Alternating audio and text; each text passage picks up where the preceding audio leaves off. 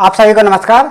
हम पढ़ रहे हैं यूपीएससी की हिस्ट्री यानी इतिहास, जो यूपीएससी के लिए बहुत ही इंपॉर्टेंट है। और साथ में यूपीएससी के अलावा जितने भी एग्जाम होते हैं जैसे एमपीपीएससी, यूपीपीसीएस, बीपीएससी या फिर कोई भी स्टेट सिविल सर्विस एग्जाम जिसमें हिस्ट्री आती है, सभी के लिए बहुत ही इंपॉर्टेंट है।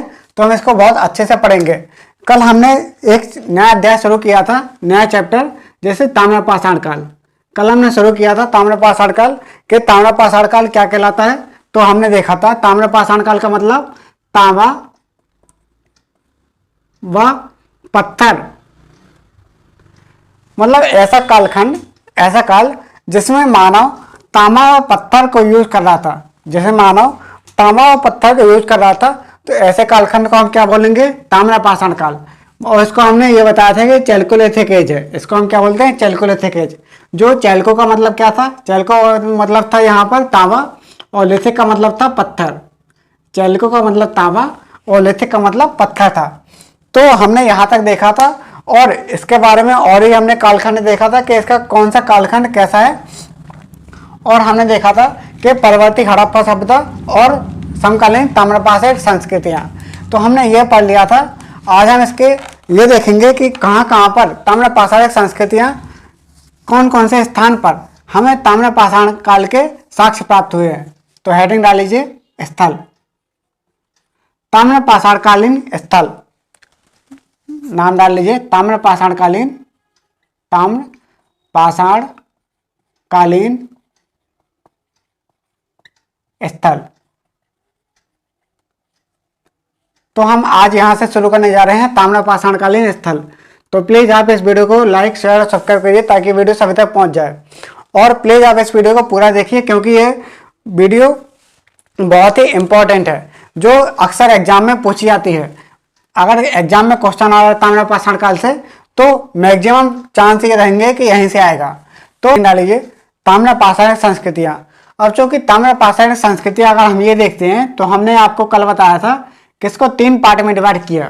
3 पार्ट में डिवाइड किया, जैसे दक्षिण पूर्वी राजस्थान, दक्षिण पूर्वी राजस्थान, और फिर था पश्चिमी मध्य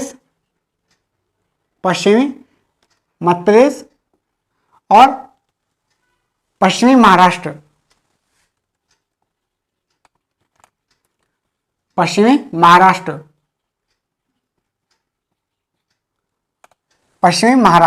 तो ताम्रपाषाण संस्कृतियां ये हैं।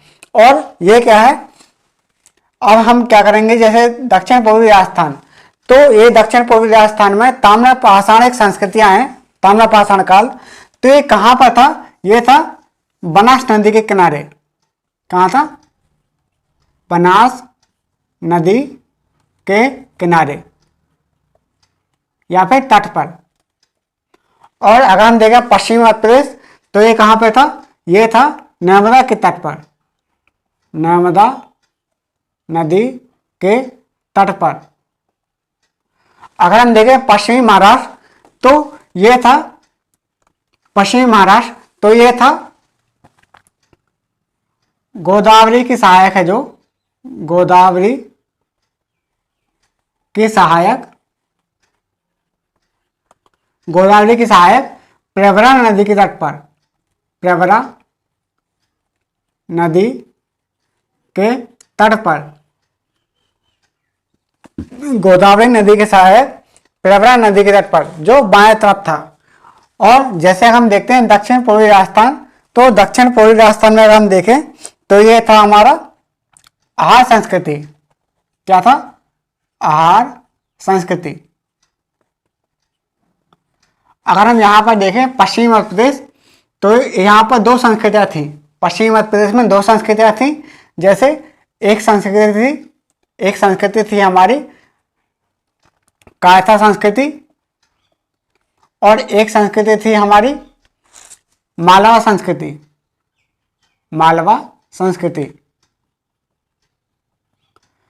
अगर यहां पर देखें पश्चिमी महाराष्ट्र में तो ये यहां पर थी जोरवे संस्कृति। यहां पर पश्चिमी महाराष्ट्र में क्या था? जोरवे संस्कृति। तो यहां पर जैसे हम आहार संस्कृति देखते हैं तो इसके मुख्यतः 3 क्षेत्र थे। आहार संस्कृति के मुख्यतः यहाँ पर 3 क्षेत्र थे, जैसे आहार,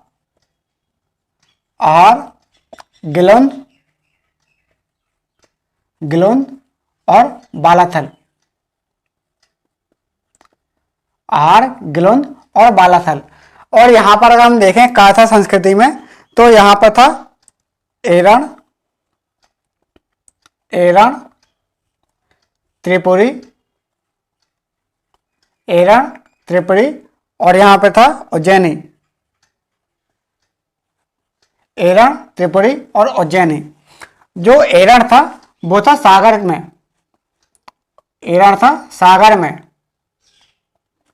और जो त्रिपुरी है वो था जबलपुर में, ये कहाँ पर है, एमपी में। और उज्जैनी ये कहाँ पर है, उज्जैन में।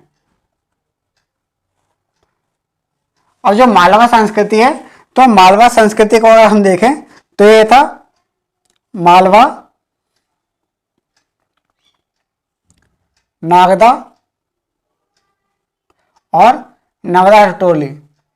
मालवा, नागदा और नगदा टोली। अगर हम देखें जोड़वे संस्कृति, तो इसके मुख्यतः 2 जिले थे। एक था अहमदनगर और दूसरा था यहाँ पर पुणे। 2 जिले थे, अहमदनगर और पुणे।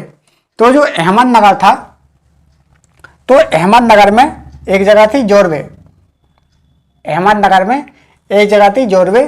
तो इसी जोड़वे के नाम पर ही जोड़वे संस्कृति का नाम दिया गया है, क्योंकि मैक्सिमम ताम्र पाषाणिक उपकरण यहीं से प्राप्त हुए हैं। ताम्र पाषाणिक साक्ष्य मैक्सिमम जोड़वे से ही प्राप्त हुए हैं। इसको हमने इसलिए नाम दे दिया जोड़वे संस्कृति।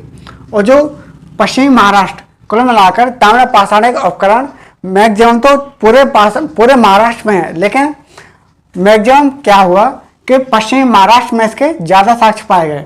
कहाँ पर? पश्चिमी महाराष्ट्र में इसके ज़्यादा साक्ष्य पाए गए। और यहाँ पर देखते हैं हम आहार संस्कृति। तो आहार संस्कृति तो अभी हमने देखा, ये इनकी जगह देखी। जैसे क्वेश्चन ये आ सकता है कि निम्न में से कौन सा आहार संस्कृति का स्थल है, और क्या कह सकता है वो, ये स्थान दे सकता है, ये स्थान दे सकता है, और दोनों को मिक्स कर देगा, फिर पूछेगा निम्न में से कौन सा आहार संस्कृति का स्थल है। तो जैसे अगर वो देगा एरण, त्रिपुरी, आहार और यहाँ पर कुछ भी दे देगा, तो उससे क्या अपन क्या लगाएंगे, आहार संस्कृति। तो कुल मिला के मैक्सिमम क्वेश्चन तो इससे आ जाएंगे। लेकिन हम क्या करेंगे, इसकी विशेषताएं देख रहे हैं। तो जैसे विशेषताएं में आहार संस्कृति, जैसे इसको स्टार लगा लीजिए, ये बहुत ही इंपॉर्टेंट है। जैसे देखते हैं आहार संस्कृति, तो आहार संस्कृति में अगर हम देखें तो यहाँ पर सर्वाधिक ताम्र पाषाणिक उपकरण प्राप्त हुए हैं। यहाँ पर सर्वाधिक ताम्र पाषाणिक उपकरण,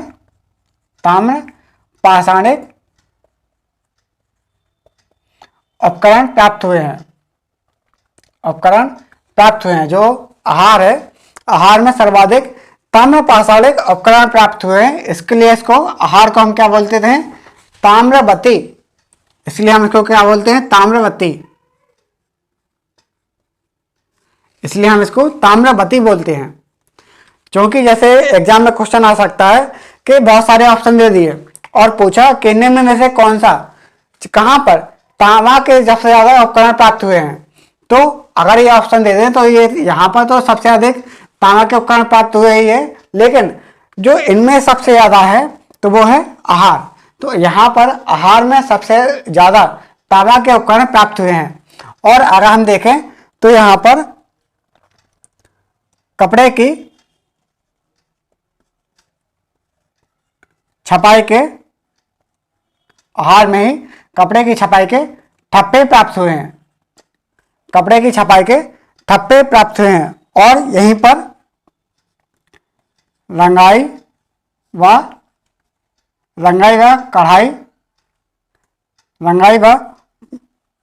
छपाई की जाती होगी।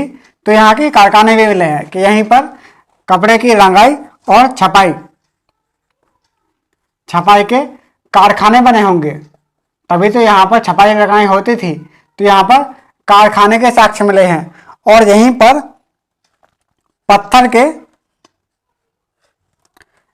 जो आहार संस्कृति है, आहार में पत्थर के घर प्राप्त हुए हैं, मतलब पत्थर के आवास प्राप्त हुए हैं। पत्थर के आवास के अलावा अगर हम यहीं पर देखें तो गंदे पानी को निकालने के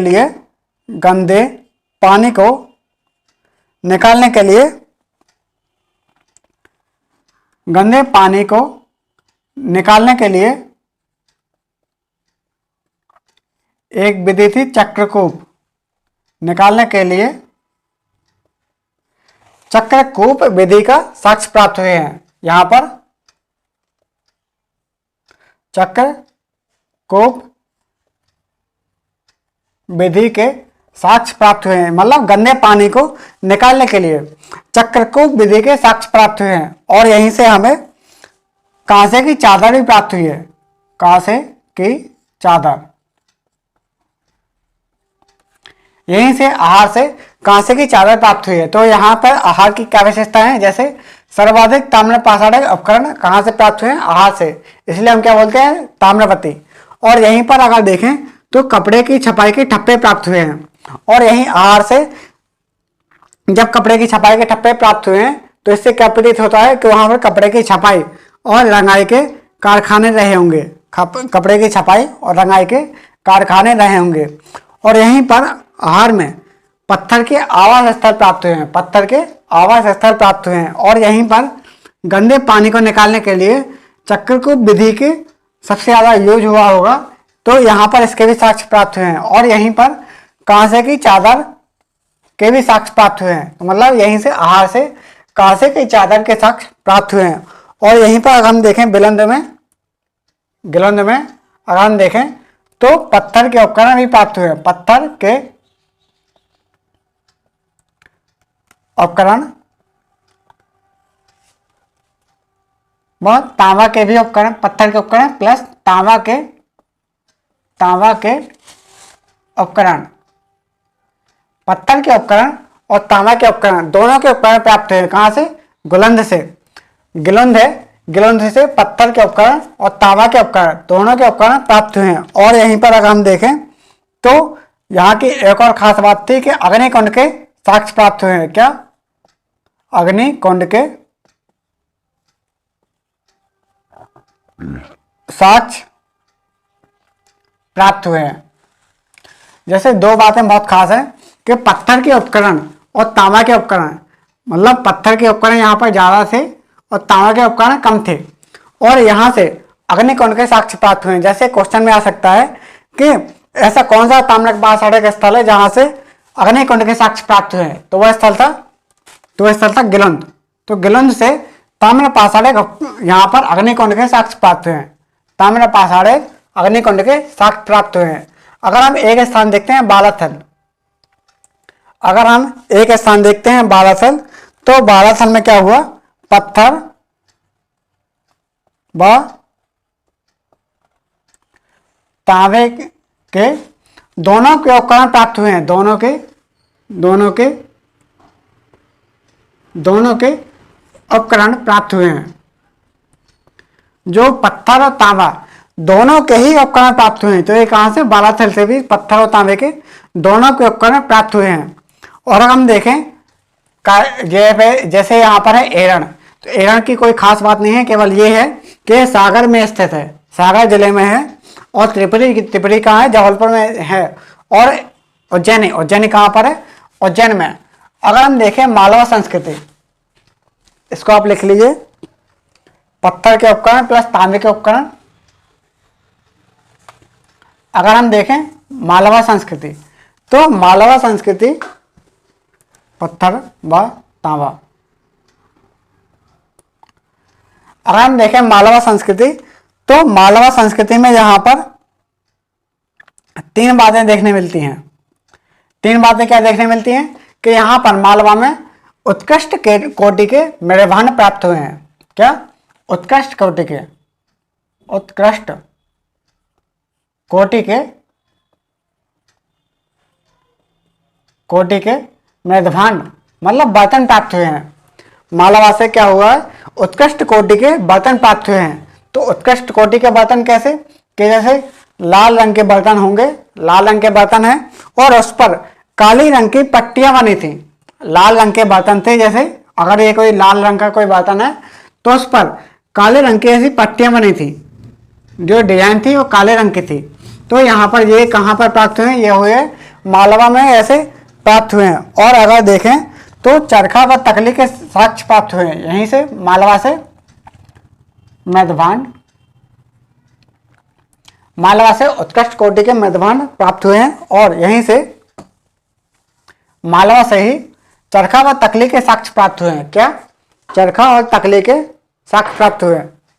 यही मालवा से चरखा व तकली के साक्ष्य प्राप्त हुए हैं। चरखा व तकली के साक्ष्य प्राप्त हुए हैं। और यहीं पर हमें एक चीज और देखने मिलती है कि मालवा में ही एक और वृषभ पूजा के भी साक्ष्य मिले हैं। क्या? वृषभ पूजा के,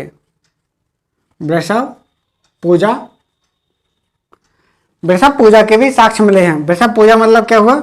जैसे बैल या सांड, तो यहां पर बैल या सांड की भी पूजा होती थी। तो यहां पर कहा? मालवा से इसके साक्ष्य प्राप्त हुए हैं। अगर हम देखते हैं नागदा, तो नागदा में कोई खास बात नहीं है, लेकिन अगर हम देखें नवदा टोली, तो यहाँ पर बेल व अलसी, यहाँ पर जो फसल उगाई जाती थी वो क्या थी? बेल व अलसी। तो यहाँ पर नवदा टोली से बेल व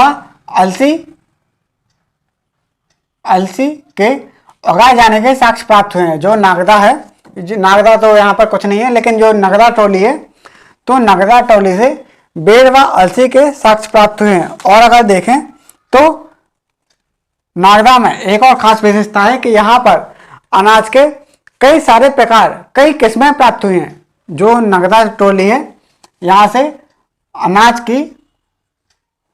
अनाज यानी गेहूं की कई प्रकार प्राप्त हुए हैं। अनाज यानी गेहूं की कई प्रकार प्राप्त हुए हैं। और नगदा टोली, इसमें एक और खास बात थी कि ताम्रपाषाणकालीन सबसे बड़ी ग्रामीण जगह थी, सबसे बड़ी ग्रामीण स्थल था। सबसे बड़ा ताम्रपाषाणकालीन ग्रामीण स्थल था। सबसे बड़ा ग्रामीण ताम्रपाषाणकालीन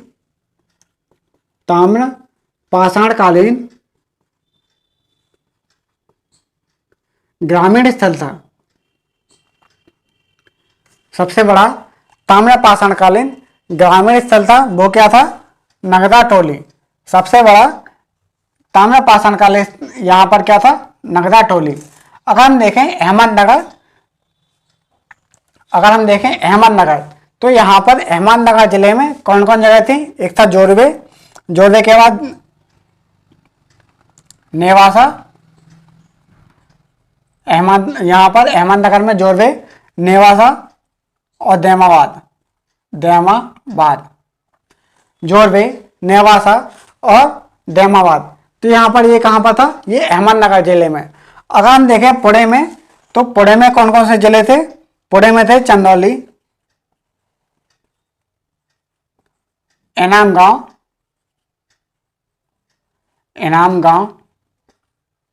चंदौली, इनामगांव,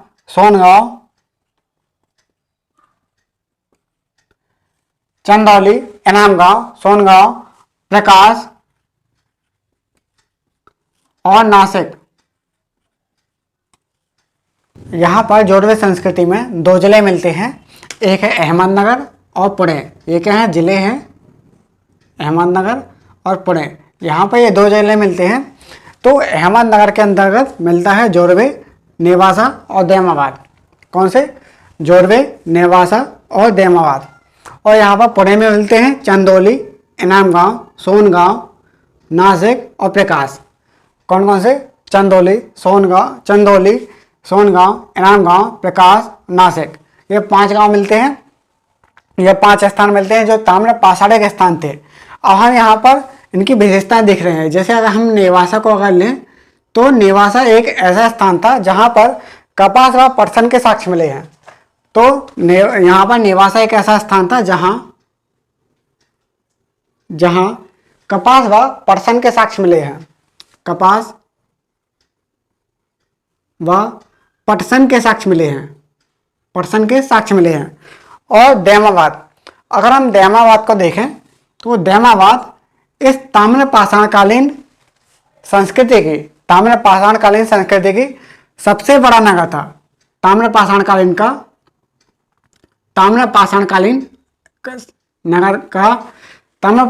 काल का सबसे बड़ा नगर था। क्या था? सबसे बड़ा नगर, यह सबसे बड़ा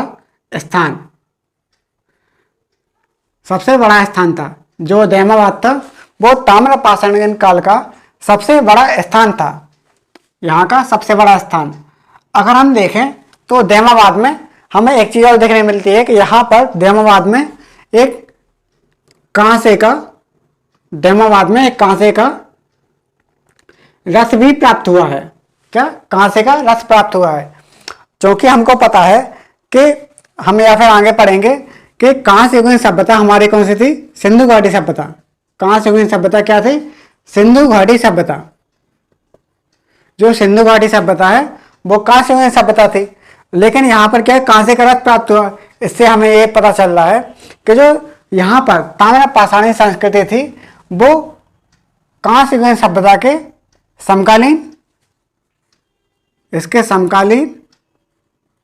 समकालीन थी। और ये उसके बाद भी थी।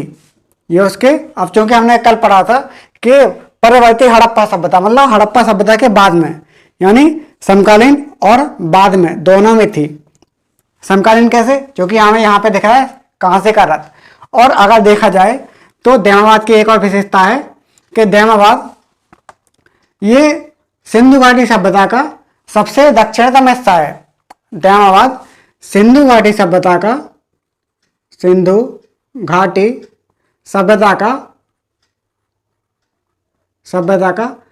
सबसे दक्षिणतम हिस्सा है। सबसे दक्षिणतम हिस्सा है। ये सबसे दक्षिणतम हिस्सा है। और क्या था कि ताम्रपाषाणकालीन जो सभ्यता थी, ताम्रपाषाण काल, तो वहाँ की जो संस्कृति ग्रामीण संस्कृति थी। ताम्रपाषाणिक संस्कृति जो थी वह ग्रामीण संस्कृति थी। लेकिन जैसे हम देखते हैं ये ग्रामीण संस्कृति थी, लेकिन यहाँ पर जो दो स्थान है दैमावाद और इनाम गांव, दैमावाद और इनाम गांव, तो दैमावाद और इनाम गांव ये क्या था? इनाम गांव। तो इनाम गांव ये क्या था? दैमावाद और इनाम गांव ये नगर थे या फिर नगर जैसा विकास हो रहा था। क्योंकि ये क्या है? ताम्रपाषाणिक संस्कृति ये ग्रामीण सभ्यता थी। लेकिन इस ताम्रपाषाणिक संस्कृति में केवल दो स्थान ऐसे थे जो नगर के रूप में विकसित होने वाले थे या फिर नगर की तरफ विकसित हो रहे थे। तो जैसे हम देखते हैं इनाम गांव से हमें इसके अगर विशेषताएं देखें तो यहाँ से कुछ विशेषताएं मिलती हैं। जैसे इनाम गांव में हमें मातृ देवी की मूर्ति भी प्राप्त होती है। यहाँ पर इनाम गांव में मातृ देवी की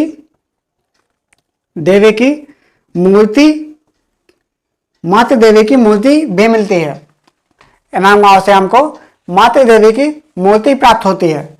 और इनाम गांव से हमको जैसे मातृ देवी की मूर्ति प्राप्त होती है, तो यहीं पर जो बस्ती थी वो कैसी थी? किलेबंद बस्ती थी। यहाँ के जो इनाम गांव की बस्ती थी वो एक किलेबंद बस्ती थी।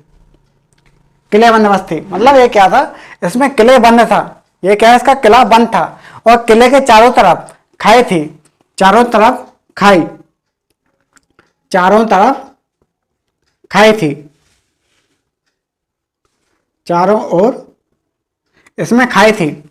मतलब ये क्या है? किलेबंद बस्ती थी और इसके चारों ओर खाई थी। अगर हम इसकी एक और विशेषता देखें तो इनाम गांव से हमें वर्ण विभाजन के भी साक्ष्य मिलते हैं। वर्ण विभाजन के भी साक्ष्य मिलते हैं। कैसे? वर्ण विभाजन बड़ विभाजन के साक्ष्य मिलते हैं। बड़ विभाजन मतलब क्या हुआ? बड़ विभाजन का मतलब ये है कि जैसे अलग अलग लोगों के अलग अलग घर थे। जैसे अगर देखा जाए तो व्यापारी वर्ग था, उसका अलग घर था, और जो यहाँ पर सरदार वर्ग था उसका अलग घर था। उसका ये ताम्रपाषाणी संस्कृति का मेन सेंटर में था। और जो थोड़े ऊंचे घर थे वो बड़े, वहाँ पे व्यापारियों के घर थे। और जो मजदूर वर्ग के घर थे वो थोड़े निचले स्तर में थे। तो मतलब ये प्रतीत हो रहा है कि वहाँ पर कुछ अलग अलग तरीके से घर बने थे। उससे हमें ये प्रतीत हो रहा है कि वहाँ पर बड़े विभाजन भी था, वहाँ पर बड़ विभाजन भी था, और पूरे तरह के यहाँ पर अलग घर थे। तो यहाँ पे हमें क्या मिल रहा है? इनाम गांव। तो यहाँ पे हमें अलग अलग यहाँ पर विशेषताएं मिल रही हैं। जैसे यहाँ देमावत की विशेषता है कि यहाँ पर कपास और यहाँ पर ताम्र पाषाणीकरण का सबसे बड़ा स्थल है। और अगर देखें तो ये यहाँ पर कांसे का रस प्राप्त हुआ है। और देमावत सिंधु घाटी सभ्यता का सबसे दक्षिणतम हिस्सा है। क्या है? सबसे दक्षिणतम हिस्सा। और नेवासा है, यहाँ पर कपास व पटसन के साक्ष्य प्राप्त हुए हैं। कपास व पटसन के साक्ष्य प्राप्त हुए हैं। तो यहाँ पर हमने देखा सिंधु, यहाँ पे ताम्रपाषाणकालीन सभ्यता। तो इसके जो स्थान थे हमने वो देखे। अब कुछ और स्थान है, हम उनको भी देख लेते हैं। जैसे हेडिंग डाल लीजिए, बिहार में। अगर हम बिहार में इसके स्थान देखें तो बिहार में इसके स्थान थे सेनुवार,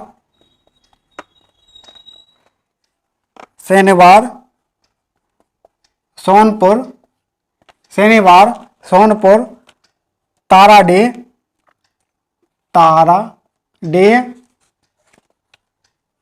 और चिरांद ये रहा है चिरांद।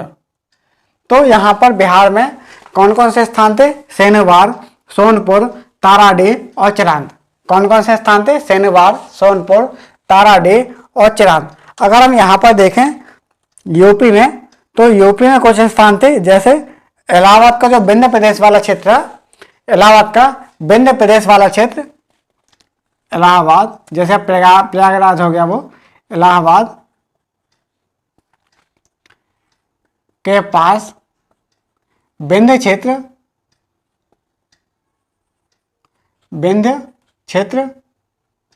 इलाहाबाद के पास विंध्य क्षेत्र और खैराडीह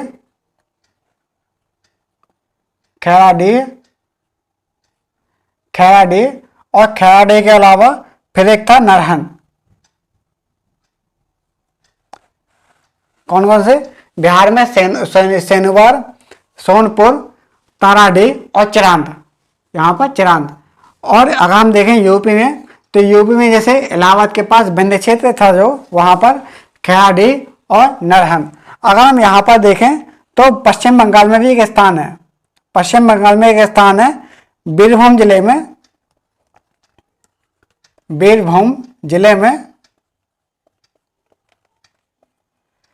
महिषदल।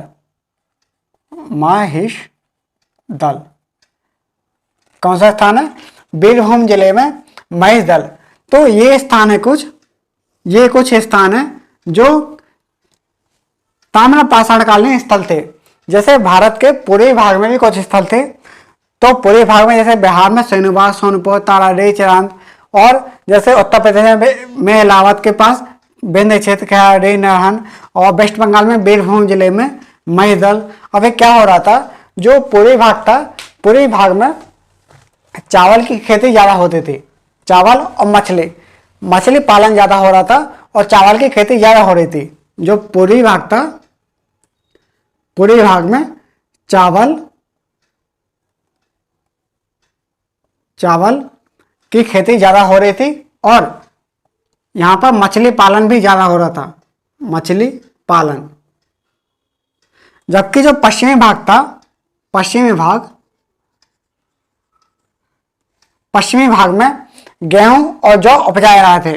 यहाँ पर गेहूं व जौ जैसी फसल का उत्पादन हो रहा था। पूर्वी भाग में चावल और मछली पालन जैसा हो रहा था और पश्चिमी भाग में गेहूं और जौ इसका उत्पादन हो रहा था। तो ये सभ्यता आज भी चली जा रही है, आज भी ये सभ्यता है। ये आज भी देखने को मिलता है कि जब पूर्वी भाग में जाते हैं असम तरफ, तो इस तरफ क्या होता है कि चावल और मछलियां ज़्यादा मिल जाती हैं खाने के लिए। चावल और मछलियां बहुत ऐसे मिलती हैं। और जो पश्चिमी भाग है वहाँ पर गेहूं वाली चीज़ें ज़्यादा मिलती हैं, गेहूं जो ये वाली फसल ज़्यादा मिलती हैं। तो यहाँ पर हमने देखा ताम्रपाषाण काल के जो स्थल थे, हमने ये देखा। तो आप, उम्मीद करता हूँ कि आप इसको अच्छे से समझ गए होंगे और इसको आप अच्छे से ध्यान से पढ़िए, क्योंकि अगर ताम्रपाषाण कालीन में कोई क्वेश्चन आ रहा है तो उसके 90% चांस है, 90% चांस है कि इस सेक्शन से आएंगे। 90% चांस ये है कि केवल इस सेक्शन से आएंगे कि ये पूछेंगे कि दक्षिण पूर्वी राजस्थान, इसकी जगह पूछ लिया या फिर जो जगह बताई हैं उनकी कुछ विशेषताएं हैं, तो उन विशेषताओं के आधारित भी क्वेश्चन आ सकते हैं। तो 90% तो छोड़ो, 95% तक यहाँ से क्वेश्चन आने की संभावना रहती है। अगर क्वेश्चन आएगा तो यहीं से आएगा, इसलिए हम इसको बार बार पढ़ेंगे। थोड़ा रिवीजन करते हैं। जैसे दक्षिण पूर्वी राजस्थान में ये कहाँ था, बनास नदी के किनारे, और यहाँ पे क्या था, आहार संस्कृति। आहार में 3 स्थल थे, आहार, गिलोंद और बाराथल। अगर हम यहाँ पर देखें कायथा संस्कृति में, तो कायथा संस्कृति को कपित्थक भी बोल देते हैं, कायथा संस्कृति को कपित्थक भी बोलते हैं। और जो कपित्थक था वो बराह मेहर का जन्म स्थान था, जो बराह मेहर है उनका जन्म स्थान था। यहाँ पर 3 स्थान मिलते हैं, एरान, त्रिपुरी और उज्जैनी। जो एरान था वो था सागर में, और त्रिपुरी और जबलपुर में, उज्जैनी तो उज्जैन में ही था। और अगर हम देखते हैं मालवा संस्कृति, तो मालवा संस्कृति में जैसे आता है मालवा, 3 स्थान थे, मालवा, नागदा और नर्मदा ट्रोली। जो ये क्या थी, सबसे बड़ी ग्रामीण स्थल, सबसे बड़ा ग्रामीण स्थल, ग्रामीण स्थल। और अगर हम जोरवे संस्कृति में देखें तो जोरवे संस्कृति में 2 जिले थे, कौन से, एक अहमदनगर और पुणे, अहमदनगर और पुणे। तो अहमदनगर में 3 स्थान थे, जोरवे, नेवासा और देमाबाद। और पुणे में क्या थे, चंदौली, इनामगांव, सोनगांव, प्रकाश, नासिक। चंदौली, इनामगांव, सोनगांव, प्रकाश और नासिक। बस इतना ही था, बाकी हम अगले क्लास में करेंगे। और प्लीज़ आप अच्छे से इसके नोट्स बनाते जाइए, क्योंकि ये बहुत ही इंपॉर्टेंट सेक्शन चल रहा है। और यहाँ से अब जो क्लास होने वाली है, और वहाँ से डेफिनेटली क्वेश्चन आने की पूर्ण संभावना रहती है। जो आगे जो क्लास होगी उसमें बहुत ही महत्वपूर्ण टॉपिक चलेगा, इसलिए आप क्लास को बहुत डेली करिए, कंटिन्यू करिए, और क्लास कंटिन्यू रहेगी। उम्मीद करता हूँ कि आप समझ गए होंगे। आज के लिए इतना ही, धन्यवाद।